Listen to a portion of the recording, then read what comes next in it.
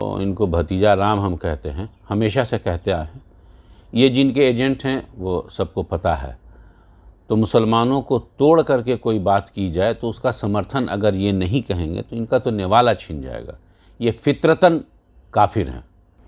अशफाक साहब, गुज़श्ता दिनों महमूद मदनी ने एक बड़ा जलसा किया और उसमें मोदी की उस बात को जस्टिफाई किया कि बैकवर्ड मुसलमानों में भी ये एक तबका, एक फ़िरका है। इस बात को आप कैसे देखते हैं? इससे पहले ये लोग कहाँ थे? देखिए, बेचारे जो ये भतीजे राम हैं ना, तो इनको भतीजा राम हम कहते हैं, हमेशा से कहते आए हैं। ये जिनके एजेंट हैं वो सबको पता है। तो मुसलमानों को तोड़ करके कोई बात की जाए तो उसका समर्थन अगर ये नहीं कहेंगे तो इनका तो निवाला छिन जाएगा। ये फितरतन काफिर हैं। फितरतन काफिर का मतलब जो उलमा हैं वो समझ सकते हैं। ऐसा शख्स जो कौम को सिर्फ़ और सिर्फ अपने ज़ाती मफाद के लिए नुकसानदेह जुमलों का इस्तेमाल करता है, वरना और कुछ किसी काबिल नहीं है, और चंद मुट्ठी भर लोग इसके साथ खड़े होते हैं, तो ये हर उस मामले में साथ देता हुआ आपको नज़र आएगा जिसमें इस कौम को तोड़ा जाए। इसने खुलेआम कहा कि मैं मुस्लिम लीडरशिप को पसंद नहीं करता हूँ। तो जाहिर सी बात है ये अपने कौम का सबसे जालिम लोग ही होगा जो इस तरह की बात करता हो कि साहब लीडरशिप, यहाँ पासवान की लीडरशिप है, कुर्मी की है, जादव की है, सबकी है, हर एक की है। मुसलमानों की लीडरशिप को ये कायम नहीं होने देंगे, चूँकि ये किसी की एजेंसी लेके बैठे हैं, वहीं से ये पैसे लेते हैं, उन्हीं से अपने जायदाद खड़ी करते हैं। इस्लाम के तरीक़े से इन लोगों को जो मुफ्तिया माल मिलता है या इस्लाम के किसी भी इसमें, तो इस्लामिक नज़रिए से उसको क्या कहा जाता है?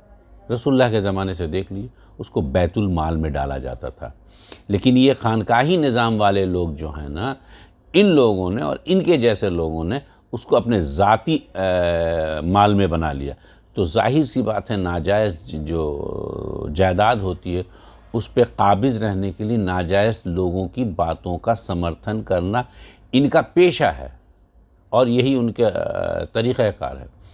तो उनकी बात पे रिएक्ट करना मेरे जैसा आदमी के लिए, हमको नहीं लगता, गंदे नाले में ईंटा नहीं फेंका जाता। और ऐसे लोगों को का सवाल आपने बेकार पूछ लिया।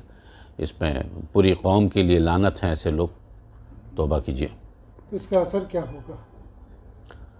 देखिए, अवाम, मुस्लिम अवाम ख़ास करके बहुत अब जाहिल होती जा रही है, तालीमी मेयार से बहुत नीचे जा रही है।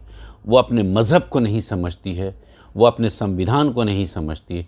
बेशक कोई शख्स, इस्लाम जब नाफिद हुआ तो उसमें सबसे पहला उसूल आया कि ना कोई उस्मानदा है और ना कोई पसमानदा है।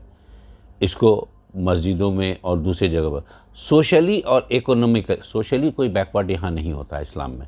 बैकवर्डिज़म का मतलब है सोशली, समाज उनको निचले तह में देखता हो।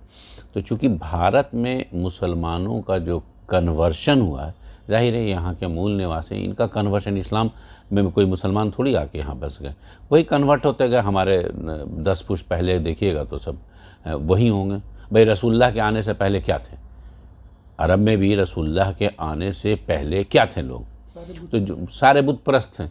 तो हमारे भी आबा अजदाद वैसे ही रहे होंगे 10 पुश्त पहले। लेकिन जब इस्लाम को जाना उन लोगों ने, उसमें कन्वर्ट हुए, कन्वर्ट होने के बाद इस्लाम को माना। इसमें कुछ लोगों ने अपनी दुकानें खोल ली जिसको खानकाही निज़ाम कहते हैं। उन्होंने बैतुल माल को अपनी जायदाद बना डाला और उससे जो एक सिस्टम चला ना, वो कहीं ना कहीं वो मनुवाद की तरफ लेके चला गया।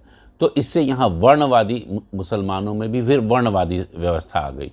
तो ये इस्लाम के ठीक अपोजिट था। रसूलुल्लाह ने जो तालीम दी मुसलमानों के लिए उसके उल्टे था। तो उसके उल्टे तालीम वाले लोग जिस इसमें हैं, वो उनको उसी तरह का सिलसिला में इस पर बहुत ज़्यादा समझने की ज़रूरत है। जो मोमिन है वो मुत्तहिद होगा, वो एक होगा, और इस देश का मुसलमान इस बात को समझ रहा है। बस नासमझी उसकी ये है कि वो हक़ पे नहीं रहना चाहता और अपने आप को डिफेंस की हालत में ला करके मुड़ी झुका करके हर निज़ाम को देख रहा है।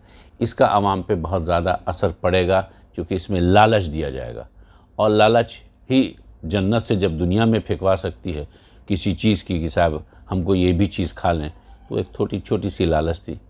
तो उसी तरह की चीज़, ये नुकसान पहुंचाने वाली चीज़ है। क्योंकि इन लोगों ने मदद करनी शुरू कर दी, हमायत करनी शुरू कर दी, तो यकीनी तौर से ये मुसलमान और इस्लाम को नुकसान पहुंचाएंगे।